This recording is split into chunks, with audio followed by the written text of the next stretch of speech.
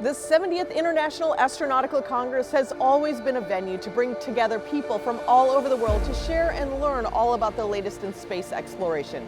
This year we meet in Washington, D.C., home to NASA headquarters. IAC TV starts right now.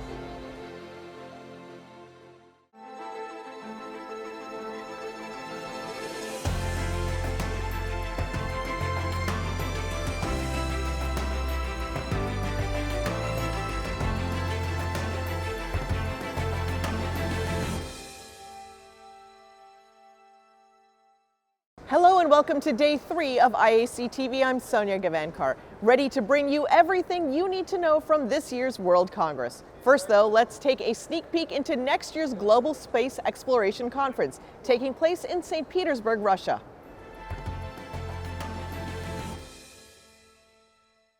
I'm now joined by Sergei Krikalev and Chris Selleberger. Thanks so much for joining me. Easy question, what is GLEX? Well, the Global Space Exploration Conference will be happening this coming June in St. Petersburg.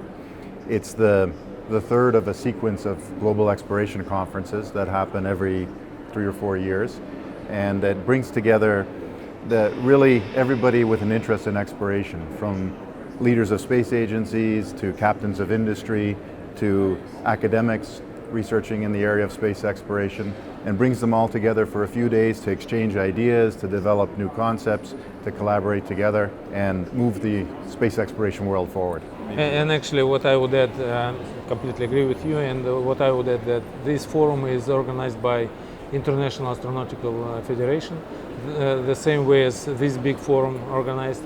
So that's basically continuation of this line of space forums when specialists, scientists,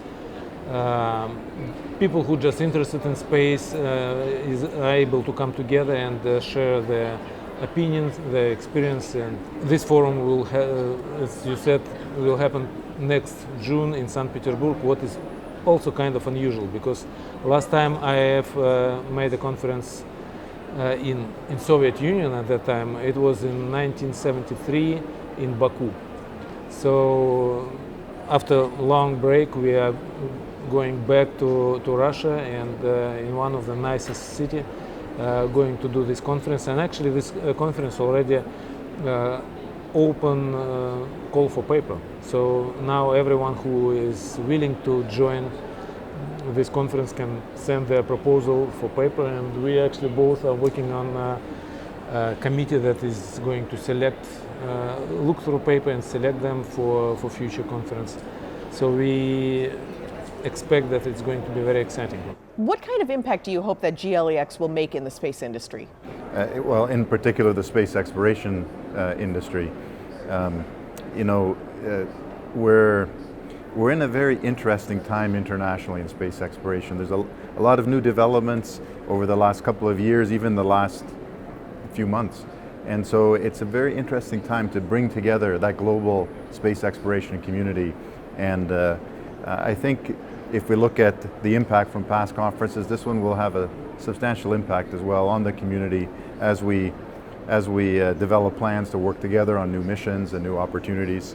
And also my opinion that it will make impact not only on industry, it's also going to have impact on scientific community, because every time we move somewhere forward, we work together with scientists, with people who on one hand provide capability to move forward. On the other hand, when we move forward, they use this opportunity to have new data, new study, new science.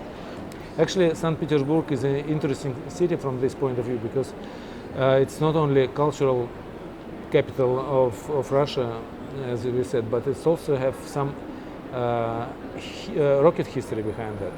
Right in the middle of the city, in Peter and Paul Cathedral Fortress, we have old lab which started their tests with rocket propulsion back in 1920s.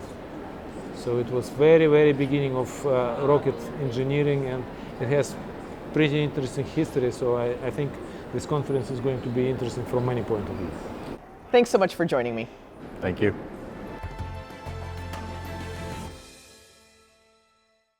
Today's dynamic space industrial community is seeing the interplay between large, long-established corporations that had their origins since the beginning of spacefaring activity and a new generation of startups that are pushing the boundaries of space exploration beyond those traditionally sponsored by governments. Let's take a closer look at what the workforce globally should and hopefully will look like in the future.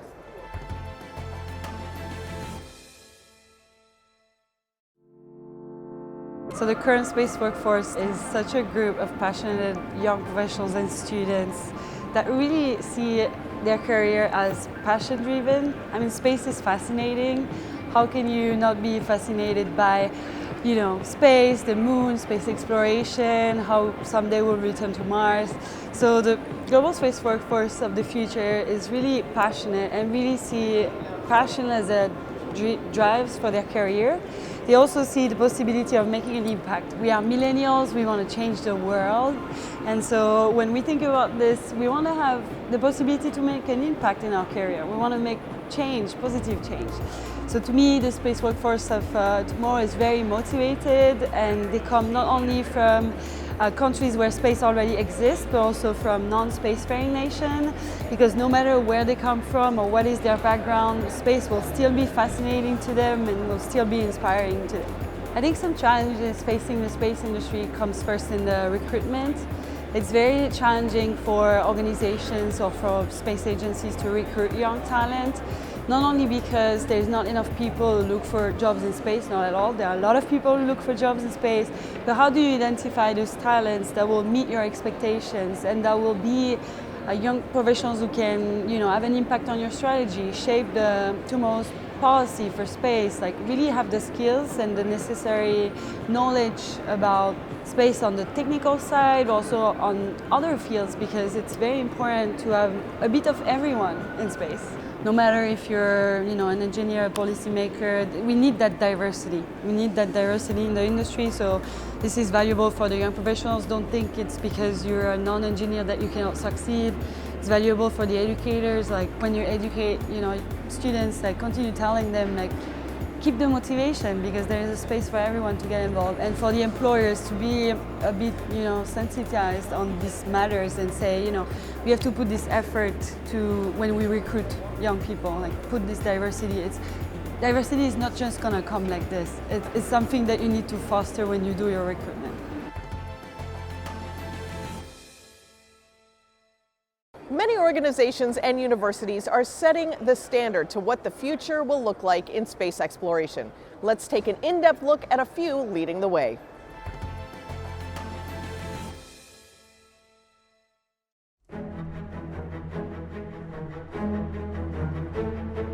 STAR, the Center for Satellite Applications and Research, is the organization within NOAA that's charged with bringing the power of environmental observing satellites to NOAA's missions. NOAA's mission is to provide science, service, and stewardship. First and foremost is to protect life, property, and economic vitality. So STAR is critical and essential to NOAA's mission because it brings the satellite expertise necessary to translate raw observations into useful information. How that's used is, for example, in forecast models, the vast majority of data that's used to initialize them is satellite data, so they have to have very high quality data in order to be able to work successfully. I tend to class STAR's users into four categories. First is the models, second is operational users that need data and information for situational awareness, downstream value-added product providers that will take satellite-based data and combine it with other things to make a new information product, and then finally research users, which are developing new environmental understanding and capabilities for use by operational agencies. So STAR serves as a model on how to effectively transition new science from new instruments into operational applications that benefit all aspects of society. The Geostationary Lightning Mapper is the first instrument of its kind, which launched 2 years ago. It's providing continuous total lightning observations over a near hemispheric field of view. So we can observe the total lightning, the intracloud and cloud-to-ground lightning, all the way from the west coast of Africa to New Zealand. So the GLM allows forecasters to track embedded convection It allows them to identify storm mode and how that evolves with time. They are able to gain insights on whether storms are strengthening and weakening, and they're also able to characterize the storms as they transition offshore. Satellite altimetry is a measure of the height of a water surface, such as the ocean or a lake or a river, that's made from a satellite. The ocean is not like a bathtub. It's not just a big blob of uniform water. It has cold spots and warm spots. It has strong currents, like rivers moving through part of it. And altimetry is really the only instrument that gives you, in essence, a snapshot of that. The information that we make could be used by a fisherman wanting to know if it's an appropriate time to go out and look for the type of fish he wants. It could be used by someone running an aquaculture farm wanting to know if harmful conditions are about to occur in the ocean just outside of their farm. It could be used by someone trying to monitor a remote lake or river. Is that river drying up? Or alternatively, is it about to flood and wipe away some village? Environmental satellites feed into numerical weather prediction models. We call this discipline as satellite meteorology. You use satellite observations of ocean, land, and atmospheres to feed into numerical weather prediction models that provide both short-term as well as seasonal or long-term forecasts of the environment. There are three different types of products that study a variety of parameters for global change research. One of the most widely used is the sea surface temperature. The sea surface temperature record goes back up to early 80s till now. We also have temperature and moisture soundings or profiles of the atmosphere from our polar satellites that goes back to late 70s as well. Then the third type of data set covers land. We use a lot of vegetation indices, which are used to study global vegetation dynamics, which are related to aspects such as global food security, food production, net primary production, disturbances in land use and land cover, both for due to anthropogenic as well as non-anthropogenic factors such as fires, deforestation, etc.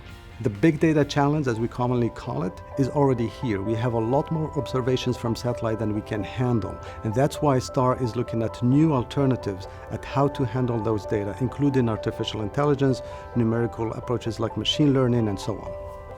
AI is a transformational technique that we have been exploiting for a couple of years now, and it has been demonstrated to add efficiency and improvement in forecast skills. So we used it for calibration, we used it for transformation of raw data into geophysical data, and we used it also hand in hand with the weather forecasting systems to help in those skills.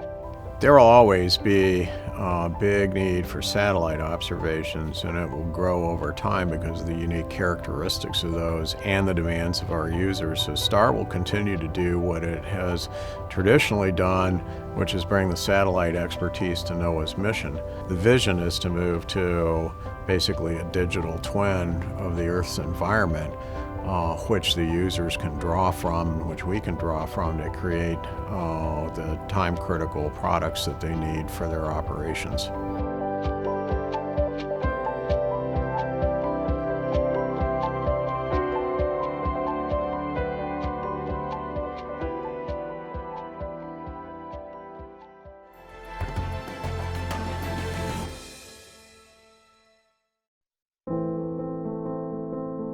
"50 years ago, when I was 8, humans reached the moon for the first time. It's one small step for man, one giant leap for mankind." Those words of that astronaut captivated me. Space has been my passion ever since. I once camped out with a friend to see a comet. The night sky was too cloudy, but we spent the evening gazing at it and talking about stars.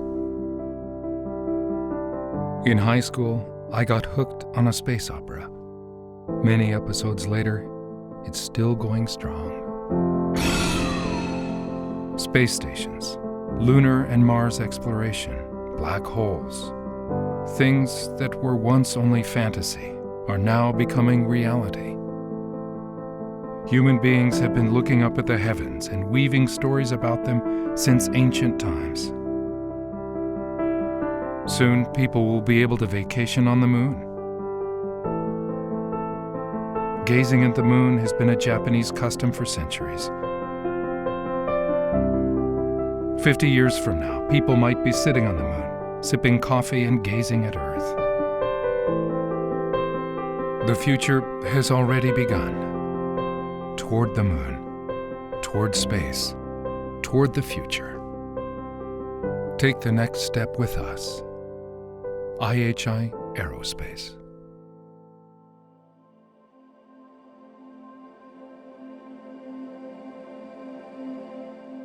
The Epsilon launch vehicle is a small solid propellant rocket, which IHI Aerospace mainly designed and manufactured.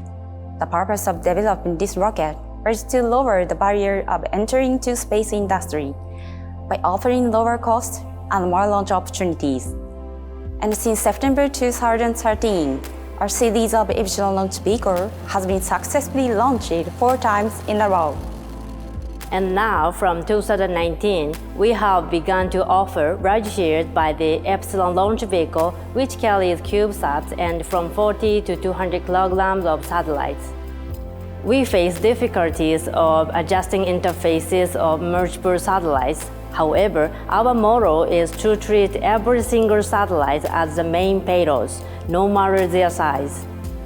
Not only supporting launching the rocket, we also contribute on the ISS missions, including Japanese experiment modules and HTV spacecraft with our space utilization technologies. With the technologies we have developed through HTV program, we are now developing enhanced systems of propulsions, mechanicals, and structures for HTVX program, which aims to deliver the cargo to lunar orbit. Also, we are actively developing technologies for lunar and Mars exploration, and we will continue to contribute expanding space utilization in cooperation with space agencies and companies around the globe. In 50 years from now, I believe that space will be where we can easily access and will be a part of everyone's life. As we buy things from different countries by just tapping smartphones, there will be a time when we could do exactly same things, except we buy things from Mars while living on the moon. I think the next 50 years will be an era when the science fictions come true, such as establishment of economic zone on the moon and the trip to Mars will be realized, and the range of human activities will be expanded. My dream is to make it easy for everyone to go to space. I wish that we can make it happen together. 50 years later, I believe that territory of human beings will expand beyond the Earth to the Moon and to Mars, and various communities will be made there. Human beings and payload will be coming back and forth between the Earth and the space frequently. Therefore, the technology of manned space should be more vital to our lives. I believe that a huge communication network will be built in our solar system. Many spacecraft would help connecting everyone and make wonderful discoveries which are hidden in space. And of course, they will keep watching our beautiful Earth. We will make a great contribution to your business in space, and our space technology will give hope to our children. What we transfer by the Epsilon launch vehicle and spacecraft are not just satellites and cargoes, but also carry dreams, futures, and hopes of human beings. Our mission is to make those happen, and we are here to support your project and achievement with our technologies and ambitions.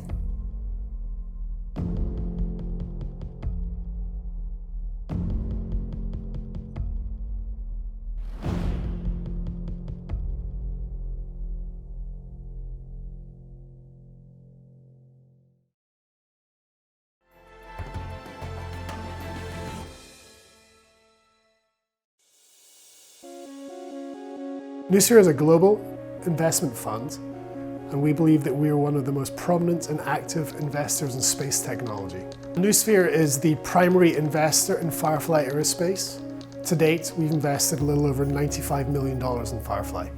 Through its various space investments, Noosphere saw a strong market need for a small and medium launch provider. Having looked broadly at the market, we determined that Firefly Aerospace had the right team, the right technology, and fundamentally the right payload class to deliver on the market needs. So, I mean, if you see on our logotype called Noosphere, right? Noosphere actually been invented by Vernadsky. It's Ukrainian scientist who lived 120 years ago in the Ukraine, who believes that it's like geosphere, biosphere, so it's like different spheres around the Earth. And the top one is Noosphere. Nous, or N-O-U-S, or N-O-O-S, depending on Latin or Greek language, it means knowledge. So it's knowledge about basically knowledge as an envelope exists around the Earth. That's how we all get connected. That's how passions get together, how brains get together around to solve out the problem of the Earth. So we're still in development phase at Firefly. We remain on track to launch in February 2020. And so the majority of our technical progresses have been leading and building up to this. We've completed full qualification of our upper stage, and beginning within the next couple of weeks, we're going to be working on full qualification for our first stage. From a business perspective, we're incredibly proud of all the partners and customers who've elected to fly with Firefly. Firefly is not just a launch company, we actually operate spacecraft as well. And so, for example, we're looking forward to partnering with NASA in its return to the moon in as early as 2021. Firefly is a new space company, and what that means is we're trying to dramatically lower the cost of entry to space. We are focusing on the small satellite industry, so we're trying to provide a solution for small to medium launch.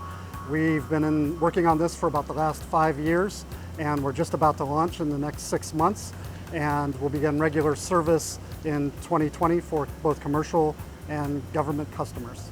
At Firefly, we're developing a new space company to build and operate a new launch vehicle to dominate the small to medium launch class market, as well as in-space capabilities for small to medium lunar landers and orbital transfer vehicles. To get to space, you really have to develop not only the technical capabilities, but an amazing team to integrate together in a cohesive way to build the launch vehicle, the launch site, the test site, do all the technical regulations, and really build an operational flow. At Firefly, we really want to come out of the gate ready to launch on a steady cadence, building a successful business right from the start. 90% of the Alpha rocket is made out of carbon fiber. There are a lot of different materials we could have chosen to build the airframe out of, but to us, composites seemed like the obvious choice. Carbon fiber has the highest strength to weight ratio, and so when comparing and looking at metallics, yes, they are really strong in 3 different directions, but we don't need strength in all directions. So laying up the carbon fiber for us means that we can put extra strength where we need it, and then we don't have to lay up plies in places where we don't need that strength. Carbon composites lend themselves incredibly well to robotic manufacturing. Once we're beyond the development stage for Alpha, we'll migrate nearly all our composite manufacturing to auto fiber placement. AFP will enable Firefly to manufacture an entire Alpha airframe, start to finish, in as few as 9 days. As part of Firefly's 5-year plan to expand into spacecraft, there's an opportunity called NASA CLPS, which is NASA Commercial Lunar Payload Services. And Firefly intends to field a small lunar lander to take cargo to the moon for NASA. Now, we're not starting from scratch. Fortunately, we have a partner in IAI, which is an Israeli company that has demonstrated a lander called Genesis. Firefly is taking that lander and improving it and putting American-built components into it as a stepping stone for us to get into building spacecraft. The lunar lander is a great addition to Firefly. We started off as a launch vehicle company, and the lunar lander really expands our scope and leverages what we do well, but also aligns us with a teammate that's already done this before. So we're the one competitor out there that is teamed with a company that has gotten all the way to lunar orbit, and so we're going to do it again, but we're going to build it here in the US. Firefly is a new space company, which means we're trying to change the paradigm. It also means we're trying to draw more people into the industry and into space access. Noosphere has a mission that's very parallel to Firefly's mission. They're a primary investor, and in the future, We think that not only building hardware will be a collaboration between us, but also education and STEM will be something that we'll focus on with Noosphere. I think that most humans have a natural desire to understand the things that they can see around them. You know, and for a lot of us, it's looking up into space, and the way to understand that is for us to get there. So it's really exciting to be working at a company that builds launch vehicles and in-space services, because I get an opportunity to see the power and the ingenuity that goes into a system built by man that can lift off into outer space. In the near term, the most fundamental challenge that I'm looking forward to overcoming is getting to space. We're on track to be flying in Q1 next year, and I look forward to that day when we're all standing at Vandenberg watching Alpha fly to space. Beyond that, an important transitional element for Firefly next year is the shift from development stage to a rinse and repeat manufacturing phase. And so we're looking to fly 5 missions in total next year and scaling up to at least 10 missions in 2021. And that is going to require a different set of skills and a real maturing of the company, and that is the challenge that we're looking forward to making.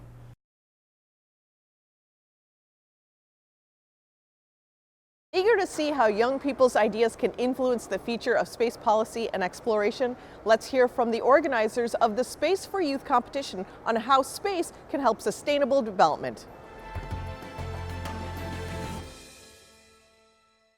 Focus of our keynote is for the young people, engagement of the young people. So we want to amplify the voice from them, and we want to engage them as many as possible. Last year, Secretary General of the United Nations launched Youth 2030 strategy to engage more young people and to amplify their voices. So the United Nations Office for Outer Space Affairs also followed that strategy, and we launched the competition in collaboration with Space Generation Advisory Council in February this year, called Space for Youth.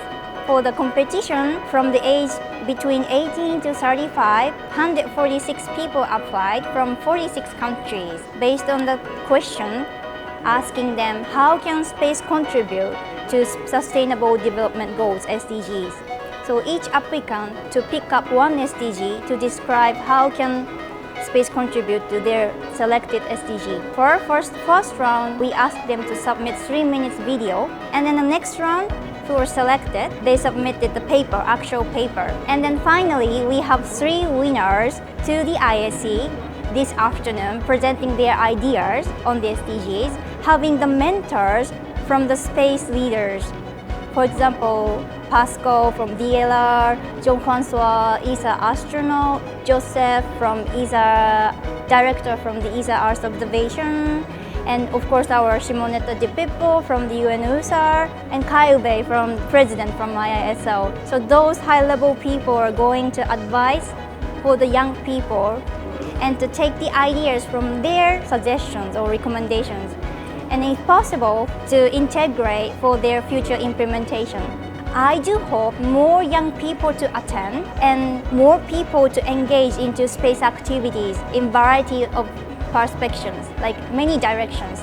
So we want more young people to go together with, and from the session, we would like to ignite the passion in young people's heart. So the space activities or industries or agencies, whatever, everything related to space, future will be expanded and more exciting. So I want to contribute as well. Now we want to hear from you. Why do you think ensuring diversity is crucial for a successful future in space?